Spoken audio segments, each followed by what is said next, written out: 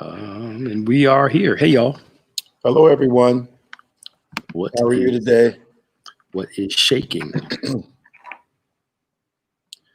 Another 10 times better conversation happening. Yes, sir.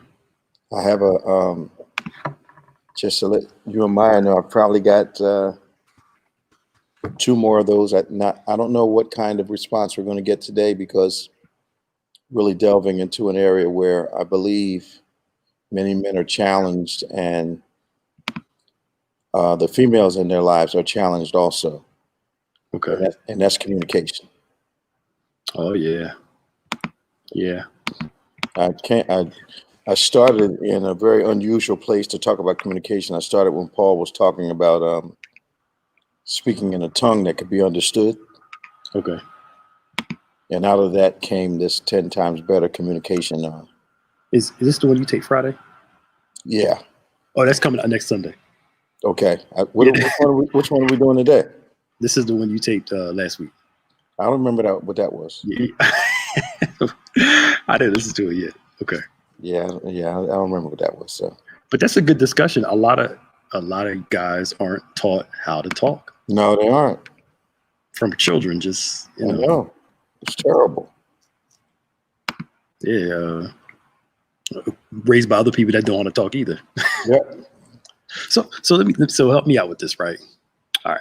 So there seems to be a generational shift in communication, I think, for the positive. In your generation, in what sense? In your generation, a lot of what happened in the family, it was like children are there to be seen, not heard. Yeah. Crazy stuff goes on in the house. Everything stays in the house, which of course is appropriate when necessary private. But you're seeing parents allowing the children to express themselves a little more through conversation. So you get what I'm trying to say? Like back in the day, it was like kids are just there to be seen. Don't say nothing. Don't question. What I think happened with my generation is it feels like we were the first to break that cycle. Okay. Because I never raised any of my children without conversation. Right. And I think what happened was we that are in my generation saw the fallacy of that particular mindset of seen and not heard, and kind of decided that we were going to talk to our kids. Mm-hmm. I think what we run into now is we're in a culture of perception and a culture of false perception. So it's difficult to tell when people, I think we're talking, but we're not conversing or dialoguing. Right. So there's more said, but I'm not sure how much transparency there is. I'm not even sure that the keeping it 100 is not as much a posture as it is actually being real about oneself. Right. Yep. Yeah. And you're right. I think with the rise of social media, you hear more voices, but it feels like everybody's just screaming at the top of their lungs their opinion. Yeah. And then we take that into our personal lives and wonder why we can't talk. Because I think there's no foundational truth in a lot of people's lives. So you've got all these truths floating around. Yeah. And I think it has taken the communal meaning out of what we say. Yep. Because if it's my truth, that statement automatically starts to exclude other people and what they think. And what I'm really asking you to do is agree with what I'm saying to you, since it's your truth. Yep. This week when Trump got sick of COVID, so Ava DuVernay comes out and says that she wishes the president well. Of course, she disagrees with him. She said, he's not right in what he's doing. And there's a section of people coming after her because she wished the president well. How could you wish him well? And then he recovers from this. Who wished him well? Ava DuVernay, the lady did the female black director that did Selma. I mean, you should wish him well. Right. But the woke crowd, coming to what you're saying, their truths says it's his fault. They can't see the nuance of not liking somebody, but still not wanting anything bad to happen to them. Do they feel the same way about themselves? See, that's the thing. It goes back to that we're talking, but we're not communicating. And what you just said, you have to agree with everything I say, even though I'm allowed not to agree with what you say. Okay, so it's a one-sided situation. Yes. And I was talking to someone yesterday, and is it that the culture now cannot recognize a double standard or in denial about a double standard?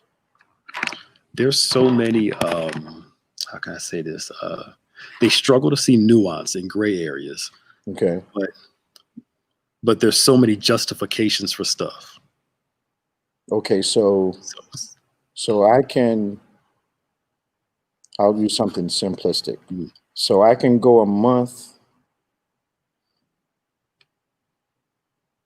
I can go a month without calling you or talking to you. Mm. Yet I become offended if you're not reaching out to me. Right. They don't see the incongruity in that? No. And you hear, I've heard from you in a long time. Well, you have a phone too. Yeah. What is that? Yeah. I wonder sometimes with some people, is it more ego that you're supposed to be the one reaching out to me? It does feel like that. It feels like the way we're going to have this is if you talk to me, because I'm in a lot of pastoral relationships, and I think friendship should be reciprocal. Mm-hmm. I don't think one person should be doing all the stuff. Yep. And I wonder sometimes if the contemporaries that I have are so used to being leaders that they become relationally dysfunctional as it relates to something as simple as responding to communication. Yeah. Yeah. But if they need something, they want an immediate response from you. Mm-hmm. Yep. Okay. Would you say sometimes you don't have your contemporaries? You're not. Yeah. You just live in the same time as a person. Yeah. Contemporary is somebody doing the same thing at the same time that you're doing it. Yeah. Peers, however, is another dimension of relationship. Yeah. Yeah. I agree with you. I don't think any Christian should wish evil on someone else. Mm-hmm. And I think that if you are doing that, that does not mean you're woke. It means, as far as the kingdom of God is concerned, you're asleep. Mm-hmm. Yep. Yep. So wokeness has nothing to do with faith. It depends on who you're talking to. Some people, yes. Some people, no. Okay. They seem to take more of a cultural look at it than a biblical look that affects culture. So now, sorry, go ahead. Go ahead. So the biblical perception is seasonal? Well, somewhat in this. I've heard even some preachers say this, that Martin's way obviously didn't work. So now we got to take the Malcolm X, the early years of Malcolm X approach. Okay. And what's wrong with that is that a pendulum approach to a problem is never the answer. Yep. Martin's approach got us to a certain place. Yep. So an improvement on that would not be throwing it out. An improvement on that would be adding to it. Yep. Yet, burning up your neighborhood is not the answer. Mm-hmm. Because they actually want you to do that. Mm-hmm. So you're 20 or 30 years, if ever, trying to get back on your feet. Yep. And then they swoop in and gentrify the neighborhood. Yep. And take everything from you. Absolutely. And they're willing to wait 20 years to do it. Mm-hmm. I was telling one pastor, I said, look, man, y'all trying to play checkers. They're playing chess. They'll let you do all that stuff. Keep telling folk not to vote and watch what happens. Mm-hmm. You go to Brooklyn now, you don't even recognize parts of it. Of course you don't. It's nice, man. They decked that thing out. And the people that live there can't afford to go back there. Mm-hmm. And because once you decimate a neighborhood, the value goes down. Mm-hmm. And for long-term generational investors, that looks like a good deal. Yep. So then you rebuild the houses, put $2 and $3 million price tags on them, Mm-hmm. and you don't have to worry about that anymore. Yep. Because if you pay that much for your place, you should take care of it. But the other hand is, if you're working to take care of a place, Mm-hmm. I think you should take care of it. Absolutely. Whether you're a millionaire or a thousandaire, you know, you just ought to take care of your stuff. Yep. Man, if I had the money, I would wish I could have invested one of them brownstones up there years ago when they were like $60,000, $70,000, Man, especially in Harlem. Man, same thing happened in Center City, that's true. Yep. Society Hill area, up and down Pine Street, Locust Street, down around 8th, 9th, 7th, around there. Yeah, man. You got $20 million townhouses sitting down there now. That's true. That is true. Yep. Yep. So communicate. Do you think that men that don't know how to talk communicate violently or out of their emotions, if that makes sense? So they react because they don't know how to verbalize what they're saying. I think you're right in some cases.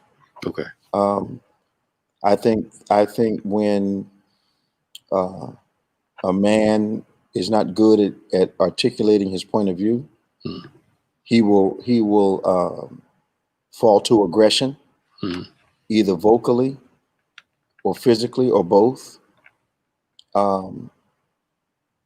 because the lack of skill. When you're in that situation and you feel like you're losing your temper, you've actually lost your position. Yeah. And it's we have to learn that a 10 times better man is it's externally a non-reactive man. He has to be a steady kind of guy. Yeah. Not too high about something, not too low. And we have to be careful of that, because there are people in our lives who, when they get all hyper about a thing, they want you to be hyper about it too. Yeah. And then they want to make a decision based on their hyperness. And then if it doesn't work out for them, why didn't you tell me? Well, you agree with it. Well, I'm not doing the roller coaster conversation emotionally with people. I'm not doing it. Yeah. I don't blame you. It's too exhausting. Yeah. And a lot of times people want your opinion and they really don't want it. They want you to join them in their emotion. Yeah. That's interesting. I don't. One thing why have we not seen more black men speak up for black women, specifically Harris, and Obama when being called a monster and monkey by Trump and his people? I've seen. President. They're going nuts over it. Yeah, the guys I've seen have been, have been pleased with the president's speech. Yeah, that's I don't agree with that, Sid. The guys I know are talking. Now, the fact of the matter is that not a lot of the guys, they can't put us all on the news, and so some of us have to be satisfied with other people representing our point of view on the news. I mean, some of our people have tried to get some of the things that I've said into the news outlets, and they get thousands of pieces of information. And the other thing that happens, most people don't know, if you have a publicist, you can pay your way onto a newscast. That's true. Yeah. Yeah. Oh man, you about to open up the door, man. Go ahead, open it. I'm all for ambition. Yeah. When it's submitted to God's will first. I don't think God has a problem with ambition, but sometimes I just wonder whose profile we're trying to raise up, ours or his. Well, I said something about that last week. I said something about that last week, Pastor Nick, and I think I got attitude from some people about it. But I think that we have become so what is this? I'm trying to think. so intense on social media that I watch Christians promote themselves entirely Mm-hmm. as if God is not even in their lives. Mm-hmm. I think this obsession with selfies Yeah. is actually a revelation of how people feel about themselves. I need your affirmation to tell me how I look. Um, and what happens is I want to promote something to give the impression that it has nothing to do with God because I think that will raise my platform. Mm-hmm. But then I'm going to ask God to bless it for me Yep. when I don't want to be perceived as having a relationship with Him at all. Yep. Yep. And then we've got this other thing that's going on. Thank you, Ada. I've been wondering about promoting that message that I did with the African American Chamber. Um, and the other thing I'm watching happen is, and maybe somebody can help me. I've been doing some research on YouTube, what I call cultural research, Mm-hmm. because I realized being in the church for the past 40 years, since 1976, however many years that is, I'm ignorant to some of the cultural norms. Mm-hmm. And I need somebody to help me understand, how can you curse every other word and then say, I'm a good Christian? How can how can you try to damage people and then say, I'm doing what Jesus would do? Where does that come from? So it depends on who it is. The more radical ones, they're almost like the evangelicals. They see Jesus as a strong, liberating person, but Okay. they like the Jesus that turned over tables and won't acknowledge the other side of Jesus that Okay. didn't turn over tables every day. Okay. You know, Okay. he did it when it was necessary. Okay. But then you got this whole, again, don't judge me thing. And I'll share an example with you offline. I won't do it online. But another preacher came under fire for posting some stuff. But and the followers, don't judge, don't judge a judge, don't judge a judge. Pastors are people too. When has our standard? No leader's perfect. I'm extremely flawed, y'all. Yeah, me too. But I got enough sense not to post certain things online. Absolutely. Yeah, just But I think you're in that don't judge me phase where the standard has been lowered. What I think is, if you don't want to be judged on something, don't put it out there. Yeah. But you can't put some nonsense all on social media and not expect people to react to it. And you know what it is? I think I was talking to someone today, trying to get them to understand conversational dynamics. And I said, you know what? It sounded as though they thought about something they had spoken to another person about for like over a week. And in that contemplation, in that deliberation, in your own thoughts for a week, sometimes is birthed an answer you desire to hear. But also you want a person who you're talking to after you've been deliberating a week to have an immediate answer to your deliberation. Right. And it's not feasible. Yeah. Because you've been thinking about it doesn't mean they've been thinking about it. Right. And it took me almost 15 minutes to get this person to understand that. Yeah, you worried about something nobody else is worried about. Yeah. I mean, it's on your mind. Yeah. That doesn't mean the person you're talking to has the answers immediately. Right. But then also there's a I believe when you've been thinking about a thing for a while, you also either consciously or subconsciously think about the answers you want to receive. Oh, absolutely. Yeah. Yeah. And they get mad when you don't answer the way I want you to. Oh yeah. Because you're supposed to be in my head. Ada is about 4 people above you. She's looking for Ada. Right. Ava's looking for Ada. Ada. Yeah. She about 4 people above you on the feed, Ava. Yeah. It depends on what. I wonder, and some people would say that cussing out of one side of your mouth and telling everybody off, calling people all kinds of names and all, and then claiming Christ is keeping it real. But I mean, what reality is that? Somebody help me. Right. Which Jesus are you trying to be like? Yeah. But it's I think it's what that scripture we read on Wednesday about somebody else preaching a different Jesus to you. Mm-hmm. It seems like we got a different view of Jesus beyond the scriptural Jesus, Right. that people are trying to adhere to, and I think it's the Christ likeness that makes them comfortable. Well, makes them comfortable. Yeah. I would think that would make you uncomfortable. Yeah. Well, I mean, they're trying to get Jesus to where they want. So a Jesus that agrees with them. Okay.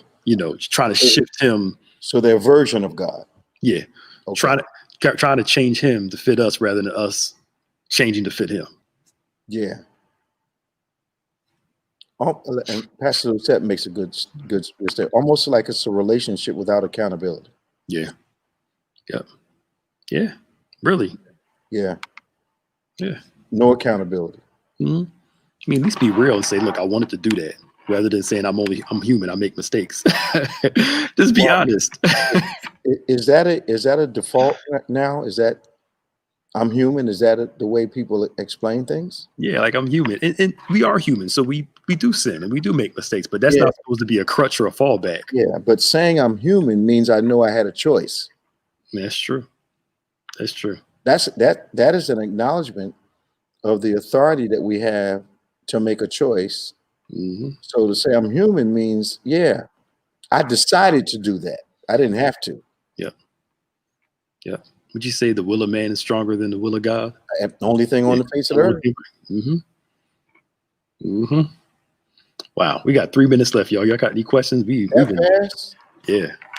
Wow. I felt like we were in your office talking. Yeah. I hope you guys like what we were talking about. Yeah. Yeah, I think that yeah, there you go. Oh, I'm sorry. He's about to say something. I'll take it. No, Ada's right. Made to order Jesus. That's right. Mm-hmm. Yeah. Absolutely. I think drama did that years ago. Jesus in the Box, and you get a certain Jesus. They did. Yeah. Oh, we got to bring that back.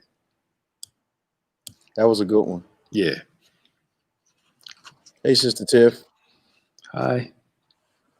Oh, that voice got sweet when you saw that. I heard. It came down a couple decibels. Hi. Oh boy. Yes. Hi. I was gonna make fun of her too because her son. She asked Julian, did he want to go with her somewhere yesterday? She's like, no. I was like, you want to come with me? Yeah. I was like, you sure you want to come tonight? He's like, yes, I'm coming. I'm like, all right. So we hanging out tonight. Absolutely. Hey, Pastor Betty. Hey, Betty. New York contingent. Amen. Yeah. Is it time yet? Yeah, we got less than a minute. We'll be back at about 6:25. Okay. Should be about 6:25. Maya said 6:25-ish. So that's around 6:25. That's around 6:25, I guess. That sounds like Jesus talking about a little while. Right. Come on now. Listen intently. Get your questions.